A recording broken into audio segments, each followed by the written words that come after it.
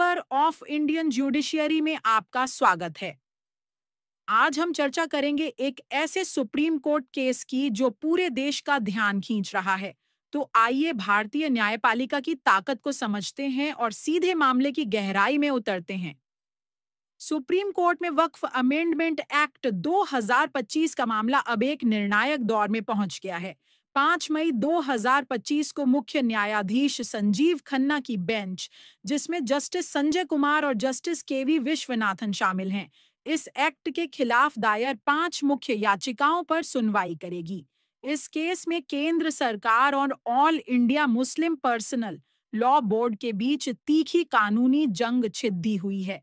केंद्र सरकार ने अपने जवाबी हलफनामे में दावा किया कि 8 अप्रैल 2025 से पहले रजिस्टर्ड वक्फ संपत्तियों पर इस अमेंडमेंट का कोई असर नहीं पड़ेगा।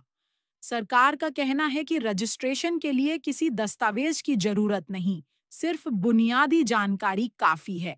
साथ ही केंद्र ने आश्वासन दिया है कि वह कोई नई नियुक्तियां नहीं करेगा और न ही किसी वक्फ संपत्ति को डीनोटिफाई करेगा। लेकिन all India Muslim personal law board ने केंद्र के दावों को खारिज करते हुए एक दमदार रिजॉइंडर दाखिल किया है। बोर्ड के जनरल सेक्रेटरी मोहम्मद फजलुर रहीम के जरिए दाखिल इस रिजॉइंडर में कहा गया है कि सरकार वक्फ बाय यूजर जैसे सदियों पुराने कॉन्सेप्ट को खत्म कर उसकी कानूनी पहचान को ही नष्ट करना चाहती है। बोर्ड का तर्क है कि रजिस्ट्रेशन कभी भी वक्फ संपत्ति बनाने की शर्त नहीं रहा। वक्फ बाय यूजर का मतलब है ऐसी संपत्तियां जो बिना लिखित दस्तावेज के भी धार्मिक या सार्वजनिक उपयोग के लिए सदियों से पहचानी जाती हैं। नए अमेंडमेंट में सेक्शन 3R के तहत वक्फ बाय यूजर कॉन्सेप्ट को हटा दिया गया है। अब केवल रजिस्टर्ड संपत्तियों को ही वक्फ माना जाएगा। बोर्ड का कहना है कि यह नॉन रेट्रोग्रेशन सिद्धांत का उल्लंघन है, यानी मौजूदा अधिकारों को पीछे नहीं ले जाया जा सकता।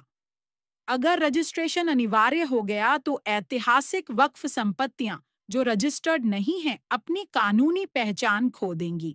बोर्ड ने 1986 के मोहम्मद गज बनाम कर्नाटक बोर्ड ऑफ वक्फ मामले का हवाला दिया, जिसमें सुप्रीम कोर्ट ने कहा था कि रजिस्ट्रेशन वक्फ के लिए अनिवार्य नहीं है। बोर्ड ने चेतावनी दी है कि अगर वक्फ बाय यूजर कॉन्सेप्ट हटाया गया और रजिस्ट्रेशन नहीं हुआ तो क्या ऐसी संपत्तियां स्वतः सरकार की हो जाएंगी। सेक्शन 36(7)(a) के तहत अगर सरकार किसी वक्फ संपत्ति पर दावा करती है तो कलेक्टर की रिपोर्ट आने तक वह संपत्ति सरकार की मानी जाएगी, भले ही वह ऐतिहासिक वक्फ संपत्ति हो। बोर्ड इसे प्रशासनिक शक्ति के दुरुपयोग की आशंका मानता है। इस केस में अब एक नया इंटरवेनर सामने आया है, श्री नारायण मानव धर्म ट्रस्ट।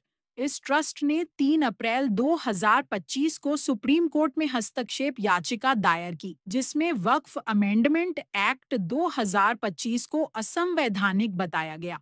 ट्रस्ट, जो श्री नारायण गुरु की शिक्षाओं और सामाजिक समरसता के संदेश को बढ़ावा देता है, का कहना है कि यह कानून मुस्लिम समुदाय और देश के सामाजिक न्याय के ढांचे को प्रभावित करता है। मुख्य न्यायाधीश संजीव खन्ना ने पिछली सुनवाई में वक्फ बोर्ड में गैर मुस्लिम सदस्यों की नियुक्ति और वक्फ बाय यूजर कॉन्सेप्ट को हटाने पर चिंता जताई थी।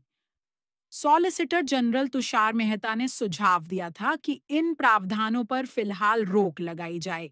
अब सवाल यह है कि क्या सुप्रीम कोर्ट कोई अंतरिम आदेश जारी करेगा। इस सुनवाई में कौन से नए तथ्य सामने आएंगे।